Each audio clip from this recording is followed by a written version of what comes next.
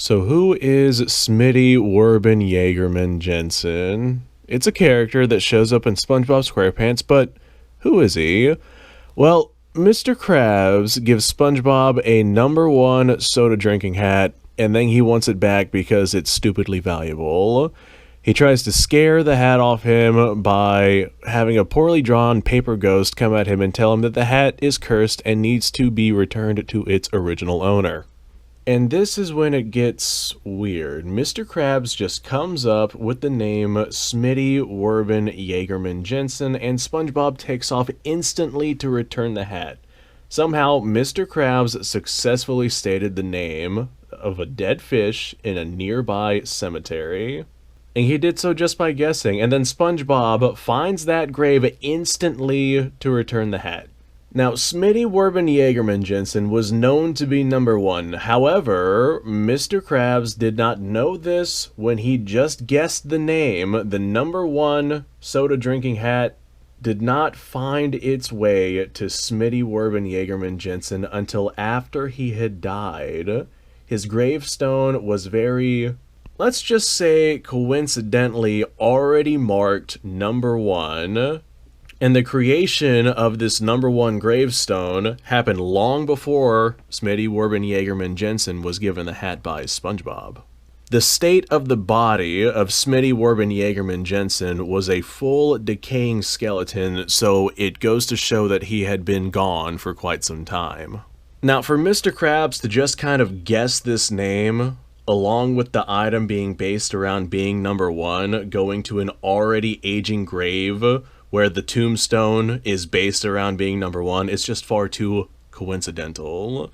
I firmly believe that the spirit of Smitty Werben Jagerman Jensen guided Mr. Krabs to have that hat brought to him. Now, Smitty Werben Jagerman Jensen being strong enough as a spirit to manipulate the subconscious of the living points him to having divine or even godly power.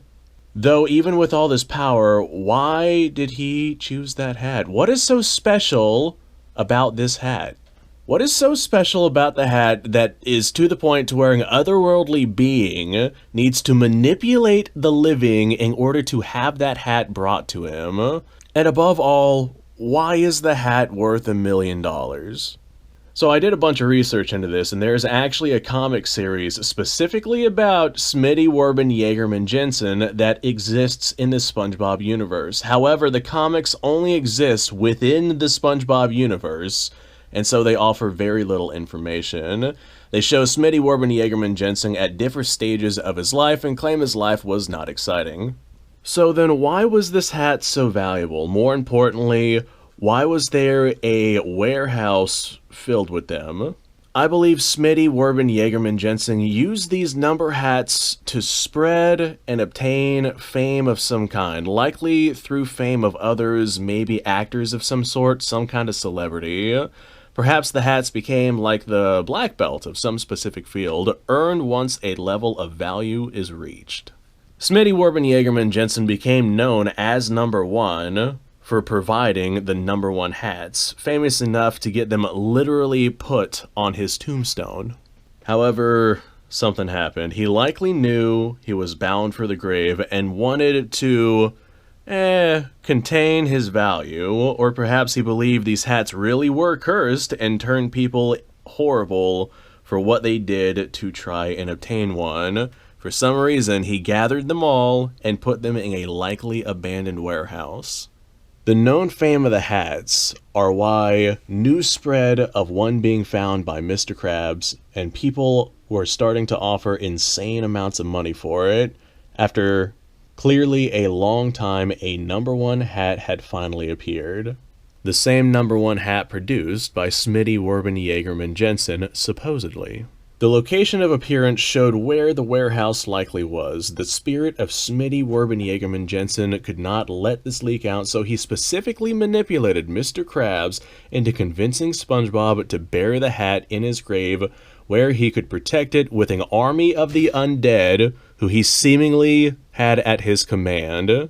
Smitty Werben Jagerman Jensen must have been a Sith Lord or something, as he could control both the living and the dead. However, his efforts to protect the warehouse had failed. The warehouse of the hats was found, and somehow this killed the value of the hats. The rich buyers said they found a warehouse full of them, which implies that the rich buyers were not the ones who found the warehouse, and the warehouse was found by some kind of third party. Perhaps Smitty, Werben, Jagerman, Jensen controlled the third party to find the hats, rathering the hats be found and become worthless over one very valuable one to be fought over.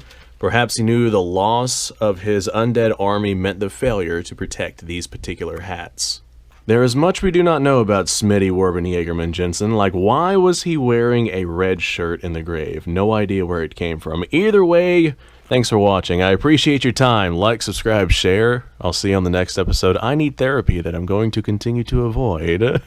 And I guess I'll see you guys later. Now, I probably should point out that Steven Hillenberger himself pointed out that Smitty, Werben, Jagerman, Jensen is based off of some guy who used to cook meat, and it turns out the meat was made of people. So that was like the real-life counterpart of this guy.